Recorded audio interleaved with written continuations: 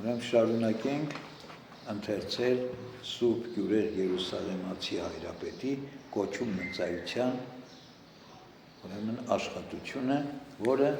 մկրտության պատրաստողների համար է։ 83-րդ Արված Երուսաղեմում մկրտության մասին։ Եվ ընթերցում հռովմեացիներին Պողոսի հղած թղթից։ Կամ չգիտեք, թե մենք բոլորս, որ մկրտվեցինք Հիսուս Քրիստոսով, նրա մահով է, որ մկրտվեցինք, մկրտությամբ թաղվեցինք նրա այդ մահվան մեջ և շարունակություն ասում է։ Առաջին, ուրախացիր երկինք և ցնծա երկիր նրանց համար, ովքեր պիտի ցողվեն զոպայով և պիտի մտովին մաքրվեն զոպայով և զորությամբ նրա, ով իր չարչարանքների ժամանակ զոպայից պատրաստված գավազանին ամրացված սպունգի միջոցով թրջվեց քացախով։ Երկնային զորությունները թող զվարթանան, այն հոգիները, որոնք մտովին պետք է միանան փեսային, թող նախապատրաստվեն, քանզի անապատում կանչողի ձայնն է, պատրաստեցեք Տիրոջ ճանապարհը։ Եսայի և Մարկոս։ Եսայի 43, Մարկոս 1:3։ Փոքր բան չէ այս, ոչ էլ մարմինների սովորական պարզ միավորում, այլ ամեն ինչ քննող Սուրբ Հոգու ընտրությունն է, կատարված հավատքի հիմքի վրա, քանզի աշխարհիկ ամուսնությունները և համապատասխան պայմանադրումները միշտ չէ, որ կատարվում են ճիշտ վճռով, իսկ այնտեղ, ուր կա հարստություն կամ գեղեցկություն, այնտեղ շատ արագ հայտնվում է սիրահոժար փեսացուն, մինչդեռ հոգևոր ամուսնություններում կարևոր է ոչ թե մարմնական գեղեցկությունը, այլ հոգու անխարդախ գիտակցությունը։ Այստեղ անիծյալ մամոնան տեղ չունի, այլ կյանքում բարեպաշտ հոգու ճշմարիտ հարստությունը։ Ուրեմն նախաբանի պես մի հատված էր այս առաջի հատվածը, որտեղ հորդորում է բոլոր նրանց, ովքեր պատրաստվում են մկրտվելու, ուրախանալ և ցնծալ նրանց համար, ովքեր պիտի ցողվեն զոպայով և պիտի մաքրվեն մտովին զոպայով և նրա զորությամբ, ով իր չարչարանքների ժամանակ, ում մասին է խոսքը Հիսուս Քրիստոսի չարչարանքների ժամանակ, ասում է, զոպայի մշտիկի վրա սպունգ դրեցին և ասում է, քացախ մատուցեցին Տիրոջը, այս Տիրոջ չարչարանքները, քացախ ըմպելը մեր փրկության համար է, որպեսզի մենք լվացվենք ու մաքրվենք, ասում է ինքը նրա զորությամբ մենք պիտի մաքրվենք, ով ուրեմն թրջվեց քացախով։ Ուրեմն երկնային զորքերը, հրեշտակները ուրախանում ու ցնծում են, իսկ այն հոգիները, որ պիտի միանան փեսային, թող նախապատրաստվեն, այսինքն մկրտության պատրաստողների մասին է խոսքը, ովքեր ուզում են մկրտվել, ասում է, թող նախապատրաստվեն, որովհետև ասում է, պատրաստեցեք Տիրոջ ճանապարհը, հիշեցնում է Եսայի մարգարեի մարգարեությունից, որը ավետարանում կրկնվում է Մարկոսի ավետարանում, և ասում է, սա սովորական միավորում չի, որ մարդը պիտի միանա, այլ սա մեծ միավորում է, և օրինակաբերում, ասում է, աշխարհիկ ամուսնությունների ժամանակ մարդիկ տարվում են գեղեցկությամբ, հարստությամբ, արտաքին գեղեցկությամբ և այլն, իսկ այստեղ ասում է, դրանք նշանակություն չունեն, այստեղ պետք է հոգևոր գիտակցություն, որ մարդը իր Արարչին պիտի միանա, մարդը իր Արարչի հետ միանալով պիտի սրբվի, մաքրվի և կատարյալ դառնա, այս ասում է ճշմարիտ հարստությունը։ Երկրորդ, ուրեմն ով արդարության որդիներ, այժմ հավատացեք Հովանեսին, որ խնդրելով մեզ պատվիրում է հարթեցեք Տիրոջ ճանապարհը։ Հովանու Ավետարան 1:23 Դուրս հանենք բոլոր արգելքները և գայթակղությունները, որպեսզի ուղիղ քայլեք դեպի հավիտենական կյանք։ Ձեր հոգու անոթները պատրաստ պահեք անկեղծ հավատքի միջով այնտեղ ընդունելու համար Սուրբ Հոգուն։ Ասում է հարթեցեք Տիրոջ ճանապարհը։ Տերն ուզում է մեզ երկինք տանել։ Տերը եկավ դեպի մեզ, որպեսզի մեզ տանի երկինք։ Մի ճանապարհով եկավ ինքը և մյուս ճանապարհով մեզ երկինք պիտի տանի, հավիտենական կյանք պիտի շնորհի, որպեսզի ուղիղ քայլենք, ասում է, դեպի հավիտենական կյանքը։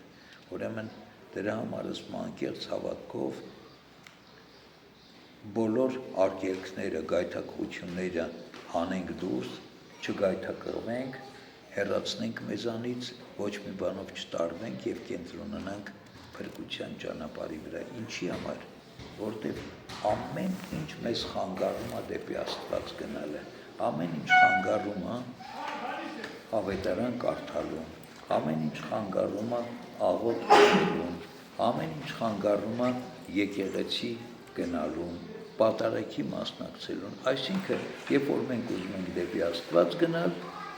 շատ աշխարհում գայթակղություններ և խանգարիչ բաներ կան, որոնք մեզ խանգարում են, ամենատարբեր, կարդարացնենք, չենք կարդարացնի, միևնույն է, դրանք մեզ խանգարում են։ Դրա համար ասում է Գյուրեղ Ալեքսանդրացին, ասում է դուրս հանեք բոլոր արգելքներն ու գայթակղությունները, որպեսզի ուղիղ քայլեք դեպի հավիտենական կյանք։ Ի վերջո դրանք մեզ խանգարում են դեպի հավիտենական կյանք քայլելու համար։ Ձեր հոգու անոթները պատրաստ պահեք անկեղծ հավատի միջոցով այնտեղ ընդունելու համար Սուրբ Հոգուն։ Այսինքն մեր հոգու անոթները պատրաստ պահենք, որպեսզի Սուրբ Հոգին ընդունենք։ Էսենք փափագում, թե ուրիշ բաներ ենք փափագում։ Սկսեք ձեր սեղանները լվանալ ապաշխարության միջոցով, որպեսզի հարսնատուն հրավիրվելիս լինեք մաքուր։ Ուրեմն առանց մաքրվելու չենք կարող հարսնատուն հրավիրվենք, հարսնատունը երկնքի առկայությունն է, տենոնական խնջույքն է, իսկ ինչով պիտի մաքրենք, ասում է ապաշխարությամբ։ Որովհետև Փեսան հրավիրում է բոլորին, քանզի շնորհը բաշխվում է բոլորին առատորեն, և մունետիկների հզոր ձայնը հրավիրում է բոլորին հավաքվելու, Աստված բոլորին է կանչում, չկա մեկը, որին չկանչի Աստված։ Բայց Փեսան ինքն է հարսնատուն մտնողներին զննում և որոշում, թե ովքեր են արժանի մասնակցելու հարսանիքին, որպեսզի չլինի այնպես, որ արձանագրվածներից որևէ մեկը անժամ լսի. «Բարեկամ, ինչպես դու այստեղ մտար առանց հարսանիական զգեստի»։ Հիշում եք հարսանիական խնջույքի առակի մասին, որ ասում է հրավիրեց բոլորին, շատերն եկան մտան, բայց հետո ասում է տանտերը եկավ, տեսա, որ մեկը հարսանիական զգեստ չուներ և դուրս հանեց։ Էդ է հիշեցնում մեզ ուրեմն Սուրբ Գյուրեղ Երուսաղեմացին։ Երանի թե բոլորդ լսեք, ապրես բարի և հավատարիմ ծառա, քանի որ այդ քչի մեջ հավատարիմ եղար, շատի վրա կկարգեմ քեզ, մտիր քո Տիրոջ ուրախության մեջ։ Ես էլ ավետարանից մեջ բերում եմ Մատթեոսի ավետարանի 25-րդ գլխի 21 համարից, հիշում եք, մնասների առակը, որ ասում է քչի մեջ հավատարիմ եղար, շատի վրա պիտի կարգեմ։ Ուրեմն այս քիչն ու շատը ստեղ շատ հստակ է, ինչքան ասեք կարող ենք օրինակներ բերենք, հավատարիմ լինելու, բայց շատ պարզ է մի բան, քիչը որն է, այս ժամանակավոր կյանքն է մեզ տրված։ Եթե մենք այս ժամանակավոր կյանքի ընթացքում հավատարիմ լինենք Աստծուն, Աստված մեզ շատը կտա, շատն ինչա հավիտենական կյանքը կտա, երկնքի առկայությունը կտա։ Մինչև այժմ դու կանգնած ես դռներից դուրս, դեռ չես մտել, չես մկրտվել։ Եայն թե բոլորիդ ասի, արքան ինձ իր սենյակը տարավ, երկոց, 1:4, թող ցնծա իմ հոգին Տիրոջ համար, որովհետև նա ինձ փրկության զգեստ թաքցրեց և ցնծության շապիկ, հարսնյանիական թագ դրեց գլխից և ինձ զարդարեց հարսի նման, Եսայի մարգարե 51:10, որպեսզի բոլորիդ հոգիներում չմնա ոչ մի բիծ, ոչ մի կնճիռ և նման բաներ, ես չեմ ասում, թե այդ կկատարվի նախքան կարժանանաք շնորհի պարգևին, և այդ ինչպես կարող է կատարվել, եթե այստեղ դուք հրավիրված եք նախ թողություն ստանալու համար, երբ ձեզ շնորհը տրվի, ապա ձեր խիղճը կլինի մաքուր և կգործակցի շնորհին, այստեղ էլ կարևոր բան է ասում է բիծ և անարատ պիտի չունենանք մոտենալու, բայց ասում է, այդ չի ստացվի առանց շնորհի, առանց Աստծուց շնորհ ստանալու մենք մեզանով չենք կարող այդպիսի լինել, և ասում է, բայց մենք բոլորս հրավիրված ենք թողություն ստանալու և թողության միջոցով Աստծո շնորհին արժանանալու, և այդ շնորհը ասում է կտրվի ձեզ, և ձեր խիղճը կմաքրվեք մեղքերից, ձեր խիղճը մաքուր կլինի և կգործակցի շնորհին, այսինքն փոխադարձ բան ասա, մենք պիտի փափագենք, Աստված պիտի տա, Աստծո տվածով մենք պիտի մաքրվենք և ավելի ձգտենք մաքրության, միակողմանի պրոցես չի, մեր կամեցողությունը Աստծո շնորհը, այդ շնորհով մենք առավել ևս զորացած պիտի կամենանք, Աստված առավել ևս պիտի զորացնի իր շնորհը մեր մեջ, այս ճանապարհով պիտի լինի ընթացքը մեր։ Երրորդ, իրոք հարցը մեծ է, եղբայրներ, և դրան մոտեցեք զգուշությամբ։ Ձեզանից յուրաքանչյուրը պիտի ներկայանա Աստծո առաջ հրեշտակների բյուրավոր զորքերի առաջ։ Սուրբ Հոգին պիտի կնքի ձեր հոգիները, մկրտության մասին է խոսում։ Դուք պիտի զինվորագրվեք մեծ թագավորին, ուրեմն պատրաստվեք, ձեզ կարգի բերեք, ոչ թե լուսապայծառ զգեստներ հագնելով, այլ հոգու գիտակցված երկյուղածությամբ, որ պատրաստում ենք աշխարհիկ միջոցառումների, զուգվում զարդարվում ենք, հիմա ասում են, այդպես պետք չի պատրաստվել, այլ պետք է լուսապայծառ զգեստների փոխարեն հոգու գիտակցված երկյուղածությամբ պատրաստենք, մկրտությունը մի համարիր պարզ լոգանք, այլ ջրի հետ քեզ մատուցվող հոգևոր շնորհ, մկրտության ավազանից քեզ պիտի հոգևոր շնորհ փոխանցվի, քանզի ինչպես որ զոհարաններում կուռքերին մատուցված զոհերը իրենց բնույթով մաքուր են, բայց դառնում են պիղծ և անմաքուր կուռքերին զոհաբերվելուց հետո, այդպես էլ ընդհակառակը պարզ ջուրը Սուրբ Հոգուն Քրիստոսին և Հորը աղոթքով դիմելուց հետո ձեռք է բերում սրբության մաքրություն, մկրտության ջրի մասին ասում։ Չորրորդ, ուրեմն,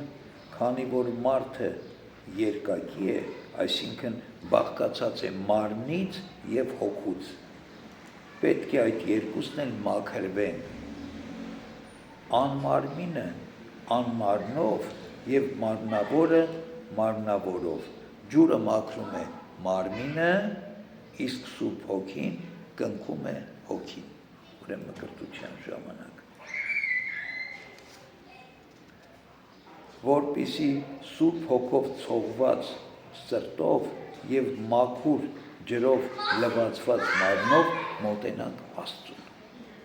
ուրեմն Սուրբ Հոգին մեր հոգին պիտի մաքրի, ջուրը մեր մարմինը և հոգով ու մարմնով մաքրված մենք պիտի մոտենանք Աստծուն, մկրտություն սա է։ Իսկ այժմ դու պիտի սուզվես մկրտության ջրի մեջ, այդ ջուրը մի համարիր սովորական, այլ Սուրբ Հոգու ներգործությամբ ընդունիր քո փրկությունը, քանզի առանց այդ երկուսի անկարելի է, որ դու կատարյալ լինես։ Այս Աստծողը ես չեմ, այլ Տեր Հիսուս Քրիստոսը, ով իշխանություն ունի մկրտության հարցում։ Նա ասում է, եթե մարդ չծնվի ջրից և հոգուց, չի կարող մտնել Աստծո արքայությունը։ Հովհաննես ավետարան 3:5 համար։ Ոչ էլ նա, ով մկրտվել է ջրում, բայց չի արժանացել ընդունելու Սուրբ Հոգին, կարող է ունենալ կատարյալ շնորհ։ Չի կարող երկնքի արքայություն մտնել նա, ով եթե անգամ առաքինի է իր գործերով, բայց մկրտությամբ չի ստացել Սուրբ Հոգու կնիքը։ Հետաքրքիր բան է, շատերն ասում են, գիտես, ասում է, այս մարդը շատ բարի մարդ է, շատ առաքինի մարդ է, շատ ազնիվ մարդ է, մի խոսքով շատ դրական բաներ ունեցող մարդ է, բայց ինչ անենք, մկրտված չի, այդ մարդը չի փրկվելու։ Չէ, չի փրկվելու։ Սուրբ Հոգու շնորհը պիտի ստանա, ով որ ջրից և հոգուց չծնվի, երկնքի արքայություն չի կարող մտնել։ Այդ մասին ասում։ Ուրեմն չի կարող երկնքի արքայություն մտնել նա, ով եթե անգամ առաքինի է իր գործերով, բայց մկրտությամբ չի ստացել Սուրբ Հոգու կնիքը։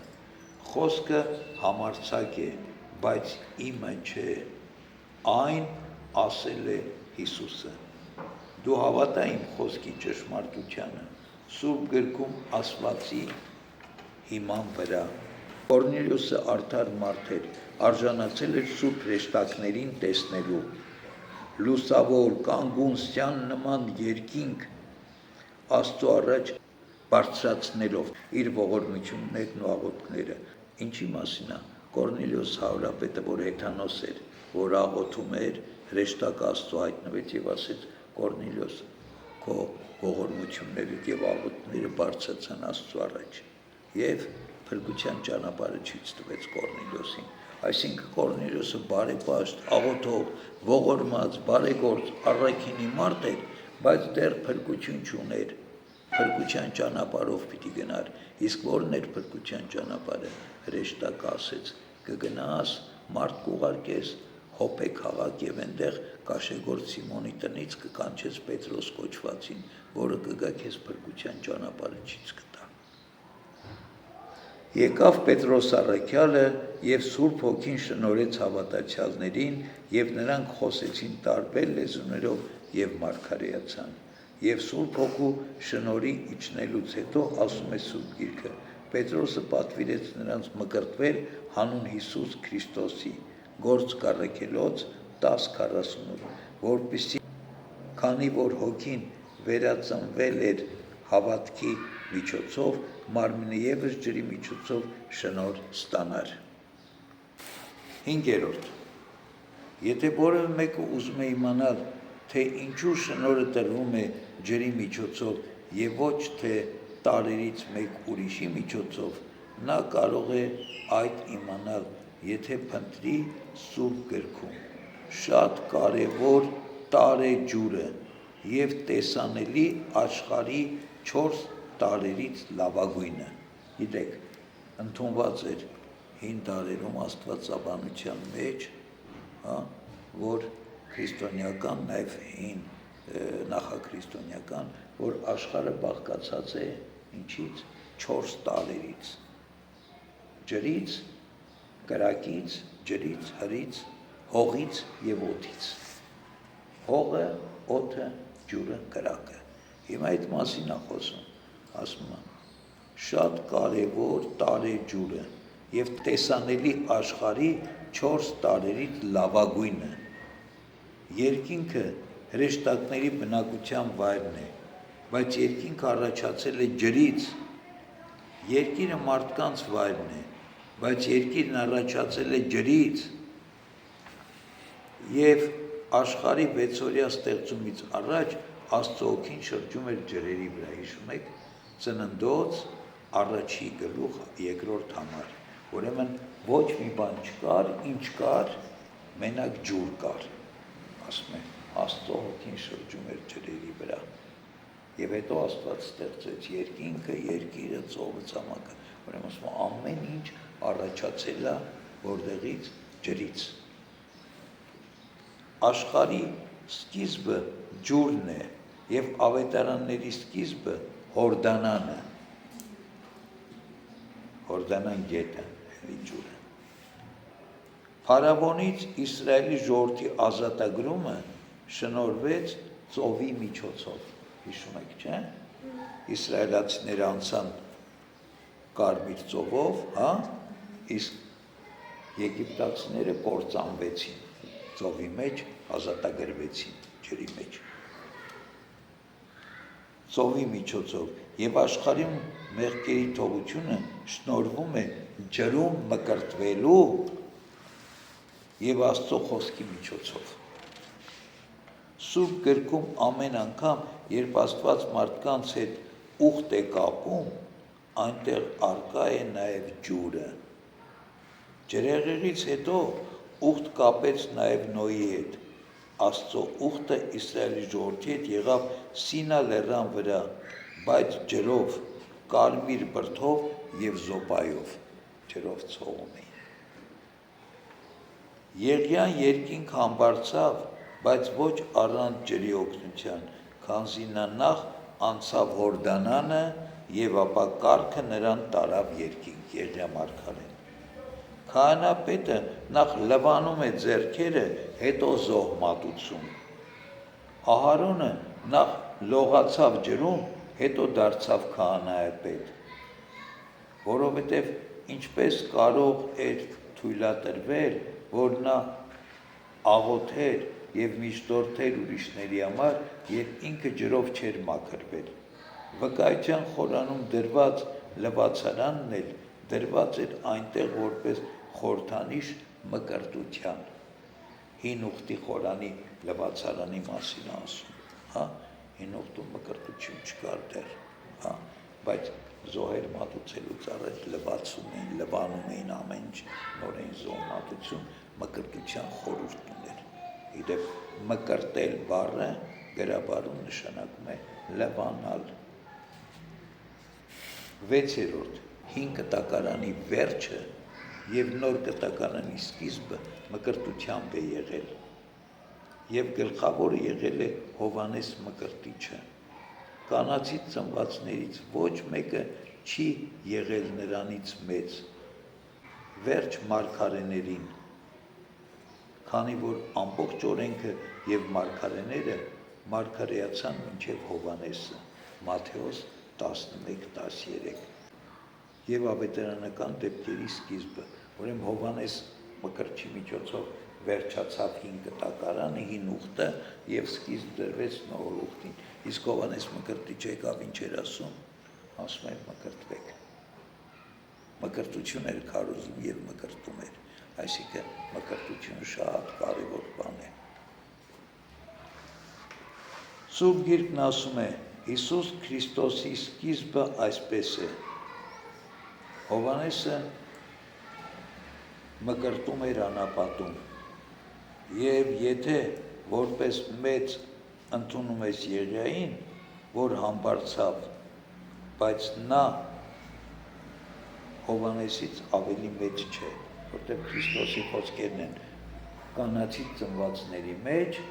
նրանից մեծը չի եղել, ումից մեծ չի եղել, Հովանես Մկրտչից մեծը չի եղել։ Նույնիսկ ասում է Եղիայից մեծ էր Հովանեսը, որտեղ Քրիստոսն այնպես ասեց, իսկ Եղիան երկինք գնաց կենդանի չմեռավ։ Ենովքը եւս փոխադրվեց, բայց նա Հովանեսից ավելի մեծ չէ։ Ենովքը, հա, նախահայրերից, որ Աստված երկինք տարավ Ենովքին։ Մովսեսը ամենամեծ օրենսդիրն էր եւ բոլոր մարգարեները հրաշալի էին, բայց Հովանեսից ավելի մեծ չէին։ Ես չեմ համարձակվում մարգարեին համեմատել մարգարեների հետ։ Նրանց եւ մեր Տերը պարզ ասել է, կանացից ծնվածներից ոչ մեկը ավելի մեծ չի եղել, քան Հովանեսը։ ոչ թե կույրից ծնվածներից, այլ կանացից ծնվածներից։ Համեմատությունը կատարվում է մեծ ծառա Հովհաննեսի և նրա ծառայքից մարգարեների միջև։ Իսկ որդու շնորհի գերազանցությունը ծառաների նկատմամբ անհամեմատելի է։ Տեսնում ես, թե Աստված ինչպես մարդու է ընտրել այդ շնորհը գլխավորող, չքավոր և անապատասեր, բայց ոչ մարդաչյաց մարդու, մորեխով սնվող մարդու, ում հոգին թևածում էր հրեշտակների աշխարհում։ Հովհաննես Մկրտչի մասին է խոսում, ասում է Աստված մարդուն ընտրեց, որ այդ շնորհը, մկրտության շնորհը նրա միջոցով մատակարարի մեզ։ Մի մարդու, որ վայրի մեղրով էր սնվում և քարոզում էր ավելի քաղցր և օգտակար բաներ, քան մեղրը։ Մի մարդու, որ հագնում էր ուխտի մազից պատրաստված զգեստ և իր կենցաղով դառնում էր ասկետականության օրինակ։ Մի մարդու, որ Սուրբ Հոգու միջոցով սրբացավ դեռևս մոր որովայնում, Հովհաննես Մկրտչի մասին վկայում ասում է, իր մոր որովայնում Սուրբ Հոգով լցված կլինի։ Ու թեև նա դեռ չէր տեսնում մարմնական աչքերով, Սուրբ Հոգու միջոցով նախաճանաչեց Տիրոջը, որովհետև քանի որ մեծ էր մկրտության շնորհը, նա պետք է ունենար նաև մեծ նախորդ։ Ուրեմն ինչ է ասում, դեռ աչքերով չտեսած ճանաչեց Տիրոջը, իր որովայնում խաղաց, երբ որ Մարիամ Աստվածածինը, որ նոր էր Հիսուսով հղիացել, եկավ իրենց տուն, այսինքն ասում է մանուկը իմ որովայնում խաղաց, երբ որ լսեց քո ողջույնի ձայնը, Եղիսաբեթն է ասում, Հովհաննես Մկրտչի մայրը, ասում է ուրեմն ինչքան մեծ էր Հովհաննեսը, որ նույնիսկ իր որովայնում արդեն Հիսուսին տեսավ և ճանաչեց, որովհետև քանի որ մեծ էր մկրտության շնորհը, նա պետք է ունենար նաև մեծ նախորդ, նկատի ունի Հովհաննեսի միջոցով եկավ։ 7. Նա մկրտում էր Հորդանանում, և նրա մոտ էր գալիս ամբողջ Երուսաղեմը վայելելու համար մկրտության սկզբնավորումը, քանզի բոլոր բարիքների արժևորումը գտնվում էր Երուսաղեմում։ Այդ ժամանակ Երուսաղեմից նրա մոտ մկրտվելու համար եկողները մկրտվում էին նրա կողմից, իրենց մեղքերը խոստովանելով։ Նախ նրանք ցույց էին տալիս նրան իրենց վերքերը, և հետո նա դեղամիջոցներ էր տալիս նրանց և հավատացողներին շնորհում էր փրկության հավիտենական կրակից։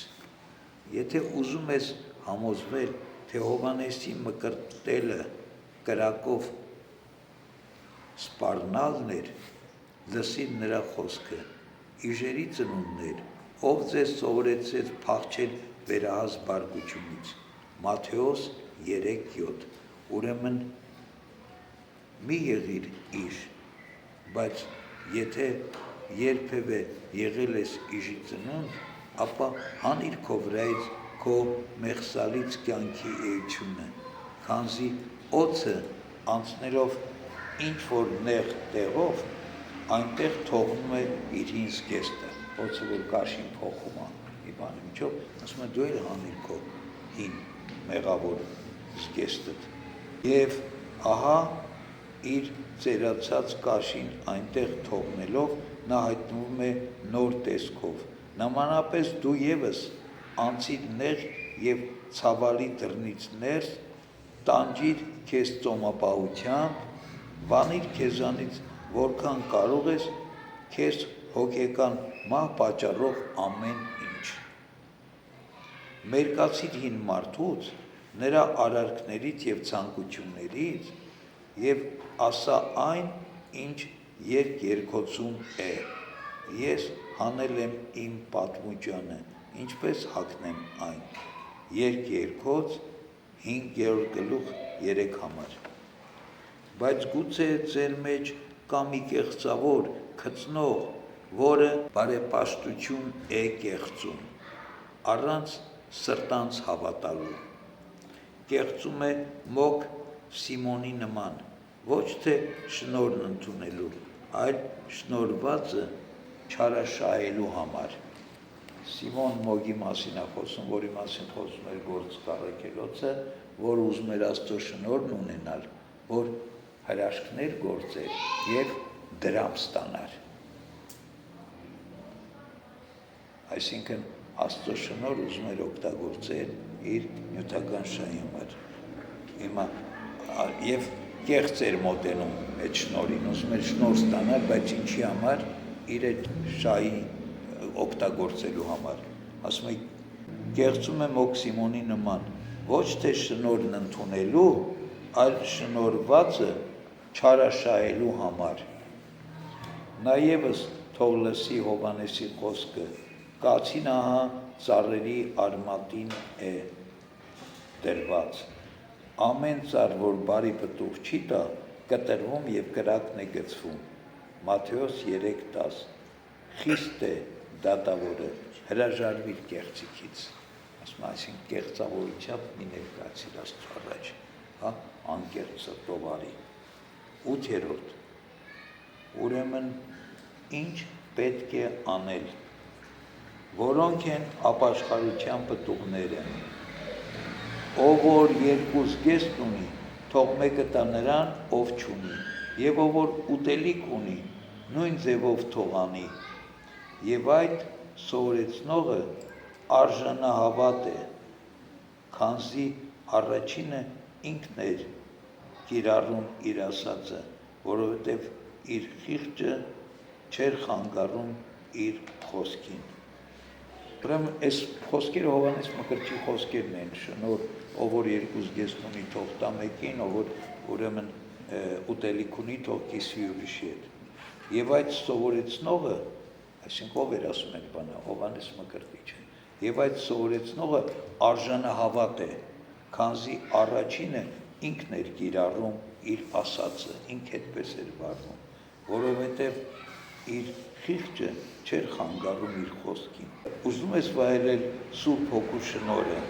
բայց չես նկատում հացի կարոտ աղքատներին։ Մեծ բաներ ես խնդրում, բայց փոքր բաներ չես ուզում տալ։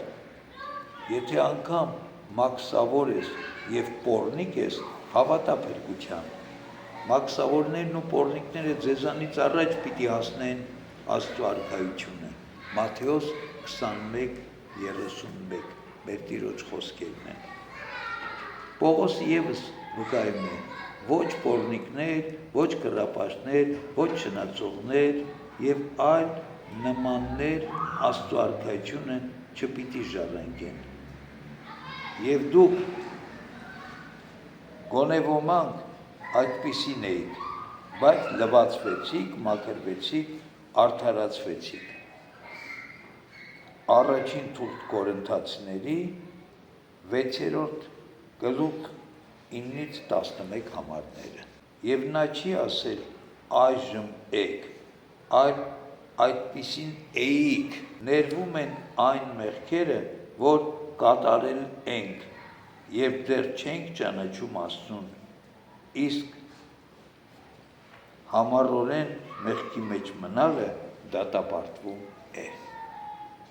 Մկրտության մարդը շնորհ է ստանում Աստծուց, առանց շնորհի չես կարող մաքրվել, առանց շնորհի չես կարող սրբվել, արդեն այդ մասին խոսեցինք։ Ճիշտ այդպես շնորհ է ստանում մարդը դրոշմի խորհրդի ժամանակ, Սուրբ հաղորդությունը շնորհ է, մեղքերի թողության ժամանակ մարդը Աստծուց ներման շնորհ է ստանում եւ նաեւ ինքը զորանում է, ինքը մխիթարվում է իր մեղքերից, երբ որ խոստովանում է մեղքերը։ Եվ այսպես բոլոր խորհուրդները ձեռնադրության խորհրդի ժամանակ մարդը շնորհ ստանում, կարգի վանդացի ժամանակ, պսակի խորհրդի ժամանակ մարդը դրա շնորհ է իջնում, որպեսզի Աստծո շնորհով իր նոր կյանքը, ամուսնական կյանքը ապրեն։ Այսինքն բոլոր խորհուրդները շնորհի են, բայց ինչ ասում, ասում պիտի պատրաստվես այդ շնորհը։ այսինքն գիտակցաբար չդիգաս կանոնես մկրտության, մկրտեցին գնացի, չէ, դրա համար այս ամբողջ գրքով մարդուն պատրաստում է մկրտության, այսինքն մկրտության եկողը պիտի այնքան փափագի այդ շնորհին, այնքան ուզենա սրբվել, մաքրվել, այնքան գիտակցի իր անմաքուր վիճակը, մեղավոր վիճակը, որ ինքը այդ փափագով, այդ իղձով մոտենա մկրտությանը եւ ստանա այդ շնորհը մկրտության պահին, այսինքն մաքրության շնորհը, սրբության շնորհը, հոգու եւ մարմնի